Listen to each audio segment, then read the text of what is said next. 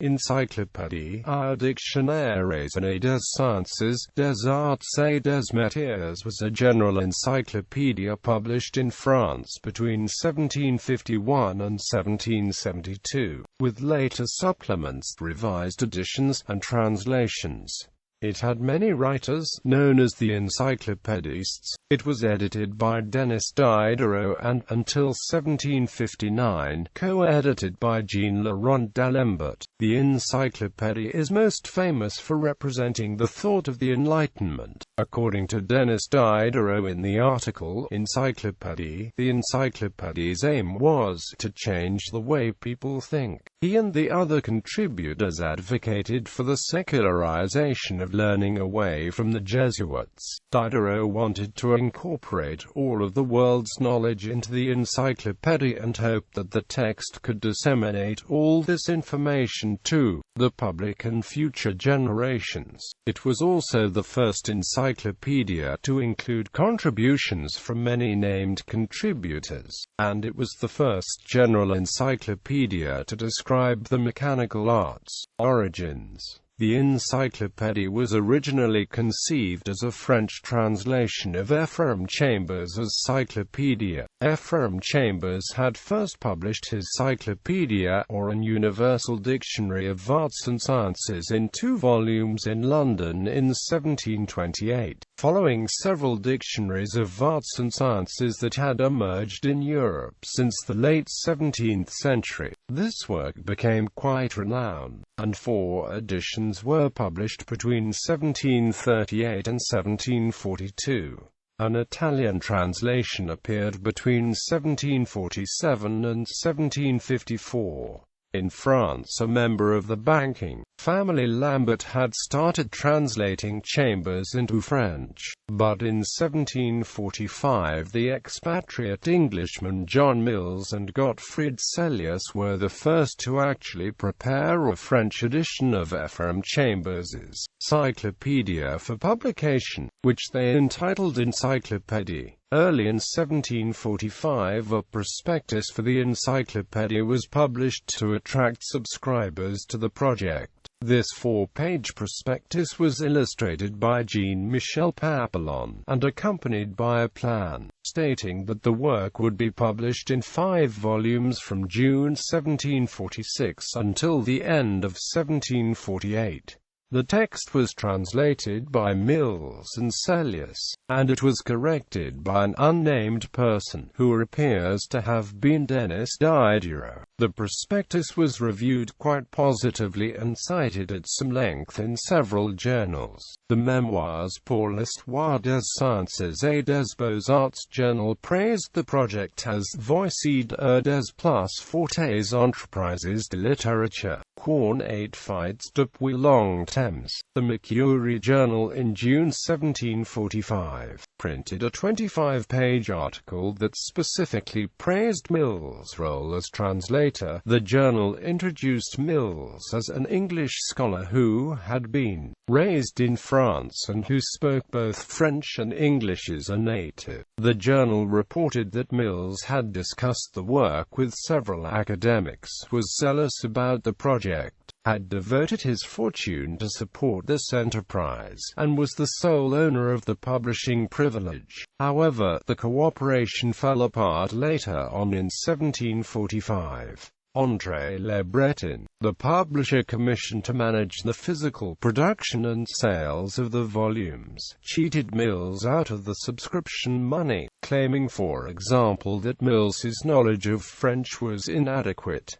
In a confrontation, Le Breton physically assaulted Mills. Mills took Le Breton to court, but the court decided in Le Breton's favor. Mills returned to England soon after the court's ruling. For his new editor, Le Breton settled on the mathematician Jean-Paul de Guademalves. Among those hired by Malves were the young Étienne Bonnot de Condillac, Jean Le Rond d'Alembert, and Denis Diderot. Within 13 months, in August 1747, Guademalves was fired for being an ineffective leader. Le Breton then hired Diderot and Jean D'Alembert to be the new editors. Diderot would remain as editor for the next 25 years, seeing the Encyclopédie through to its completion. D'Alembert would leave this role in 1758. As D'Alembert worked on the Encyclopédie, its title expanded. As of 1750, the full title was Encyclopédie, un dictionnaire raisonné des sciences, des arts et des métiers, par une société de gens de lettres, mise ordre par M. Diderot de l'Académie des sciences et belles lettres de presse, et quant les parties mathématiques, par M. D'Alembert de l'Académie royale des sciences de Paris, de celle de presse et de la Société royale de Londres. The title page was amended as D'Alembert acquired more titles. Publication. The work consisted of 28 volumes, with 71,818 articles and 3,129 illustrations. The first 17 volumes were published between 1751 and 1765. 11 volumes of plates were finished by 1772. Because of its occasional radical contents, the Encyclopédie caused much controversy in conservative circles, and on the initiative of the Parliament of Paris, the French government suspended the Encyclopédia's privilege in 1759. Despite the suspension, work continued in secret, partially because the project had highly placed supporters, such as Malesherbes and Madame de Pompadour. The authorities deliberately turned a blind eye to the continued work. They thought their official ban was sufficient to appease the Church and other enemies of the project. During the secretive period, Diderot accomplished the well-known work of subterfuge. The title pages of volumes 1 through 7, published between 1751 and 1757, claimed Paris as the place of publication. However, the title pages of the subsequent text volumes, 8 through 17, published together in 1765, show Neufchâtel as the place of publication. Neufchâtel is safely across the French border in Switzerland, where official production of the Encyclopédie was secure from interference by agents of the French state. In particular, regime opponents of the Encyclopédie could not seize the production plates for the Encyclopédie in Paris because those printing plates ostensibly existed only in Switzerland. Meanwhile, the actual production of volumes 8 through 17 quietly continued in Paris. In 1775, Charles-Joseph Pankouka obtained the rights to reissue the work. He issued 5 volumes of supplementary material and a 2-volume index from 1776 to 1780. Some scholars include these 7 extra volumes as part of the first full issue of the Encyclopédie, for a total of 35 volumes, although they were not written or edited by the original authors. From 1782 to 1832, Pankouka and his successors published an expanded edition of the work in some 166 volumes as the Encyclopédie Méthodique. The work, enormous for its time, occupied 1,000 workers in production and 2,250 contributors.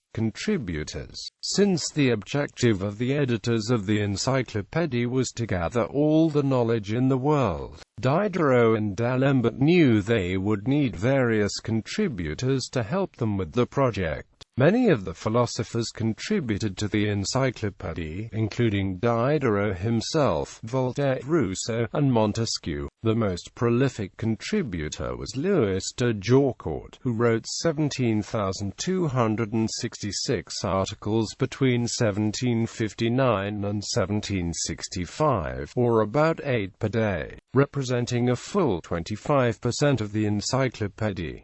The publication became a place where these contributors could share their ideas and interests. Still, as Frank Kafka has argued, the Encyclopédistes were not a unified group. despite the reputation, were not a close-knit group of radicals intent on subverting the old regime in France. Instead, they were a disparate group of men of letters, physicians, scientists, craftsmen and scholars. Even the small minority who were persecuted for writing articles belittling what they viewed as unreasonable customs, thus weakening the might of the Catholic Church and undermining that of the monarchy, did not envision that their ideas would encourage a revolution. Following is a list of notable contributors with their area of contribution. Jean Le Rond d'Alembert, editor, Science, Contemporary Affairs, Philosophy, Religion, among others. André Le Breton, chief publisher, article on Printers Inc. Louis Jean-Marie Daubenton, Natural History. Denis Diderot, chief editor, Economics, Mechanical Arts, Philosophy, Politics, Religion, among others. Baron d'Holbach, Science, Politics, Religion, among others. Chevalier Louis de Jaucourt, Economics, Literature, Medicine, Politics, Bookbinding, among others. Jean-Baptiste de La Chapelle, Mathematics. Abbé André Morellet, Theology, Philosophy. Montesquieu, part of the article, Gout. François Quesnay, articles on tax, farmers and grain. Jean-Jacques Rousseau, Music, Political Theory. And Robert-Jacques Turgot, Baron de Lorne, Economics, Etymology, Philosophy, Physics. Voltaire, History, Literature, Philosophy.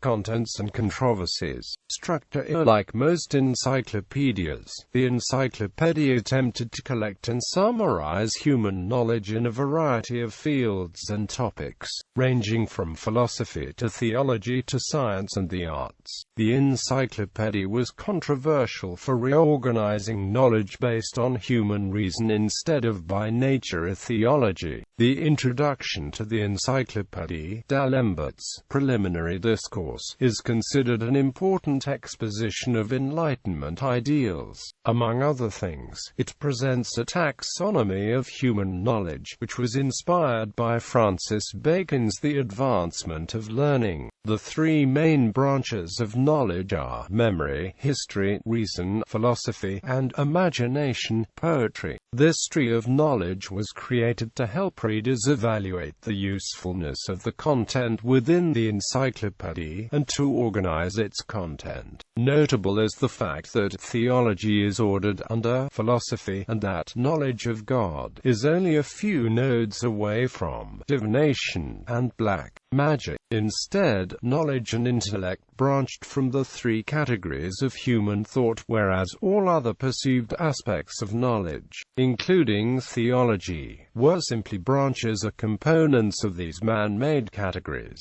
Religious and political controversies. The authors of the Encyclopédie challenged religious authority. First, they doubted the authenticity of presupposed historical events cited in the Bible and questioned the validity of miracles and the resurrection. The writers emphasized an individual's right to religious sovereignty. These challenges led to suppression from church and state authorities. The Encyclopedia and its contributors endured many attacks and attempts at censorship by the clergy or other censors, which threatened the publication of the project as well as the authors themselves. The King's Council suppressed the Encyclopedia in 1759. The Catholic Church, under Pope Clement XIII, placed it on its list of banned books. Prominent intellectuals criticized it, most famously Lefranc de Pompignan at the French Academy. A playwright, Charles Palissy de Montenoy, wrote a play called Les Philosophes to criticize the Encyclopédie. When Abbé André Morellet, one of the contributors, wrote a mock preface for it, Morellet was thrown in the Bastille. To defend themselves from controversy, the Encyclopedia's articles wrote of theological topics in a mixed manner. Some articles supported orthodoxy, and some included overt criticism terms of Christianity. To avoid direct retribution from censors, writers often hid criticism in obscure articles or expressed it in ironic terms. Nonetheless, the contributors still openly attacked the Catholic Church in certain articles, with examples including criticizing excess festivals, monasteries, and celibacy of the clergy. Politics and society. The Encyclopédie is often seen as an influence for the French Revolution because of its emphasis on Enlightenment political theories. Diderot and other authors, in famous articles such as Political Authority, emphasized the shift of the origin of political authority from divinity or heritage to the people. This Enlightenment ideal, espoused by Rousseau and others, advocated that people have the right to consent to the government in a form of social contract. Another major, contentious component of political issues in the Encyclopédie was personal and natural rights. Articles such as Natural Rights by Diderot explained the relationship between individuals and the general will. The natural state of humanity, according to the authors, is barbaric and unorganized. To balance the desires of individuals and the needs of the general will, humanity requires civil society and laws that benefit all persons. Writers, to varying degrees, criticized Thomas Hobbes' notions of a selfish humanity that requires a sovereign to rule over it. In terms of economics, the Encyclopédie expressed favor for laissez-faire ideals or principles of economic liberalism. Articles concerning economics or markets, such as economic politics, generally favored free competition and denounced monopolies. Articles often criticized guilds as creating monopolies and approved of state intervention to remove such monopolies. The writers advocated extending laissez-faire principles of liberalism from the market to the individual level, such as with privatization of education and opening of careers to all levels of wealth, science and technology. At the same time, the Encyclopédie was a vast compendium of knowledge, notably on the technologies of the period, describing the traditional craft tools and processes. Much information was taken from the descriptions des arts et métiers. These articles applied a scientific approach to understanding the mechanical and production processes, and offer new ways to improve machines to make them more efficient. Diderot felt that people should have access to useful knowledge that they can apply to their everyday life. Influence. The Encyclopédie played an important role in the intellectual ferment leading to the French Revolution. No encyclopedia perhaps has been of such political importance, or has occupied so conspicuous a place in the civil and literary history of its century. It sought not only to give information, but to guide opinion, wrote the 1911 Encyclopædia Britannica. In the Encyclopedia and the Age of Revolution, a work published in conjunction with the 1989 exhibition of the Encyclopédie at the University of California, Los Angeles, Clorinda Donato writes the following: The encyclopedians successfully argued and marketed the belief in the potential of reason and unified knowledge to empower human will and thus help to shape the social issues that the French Revolution would address.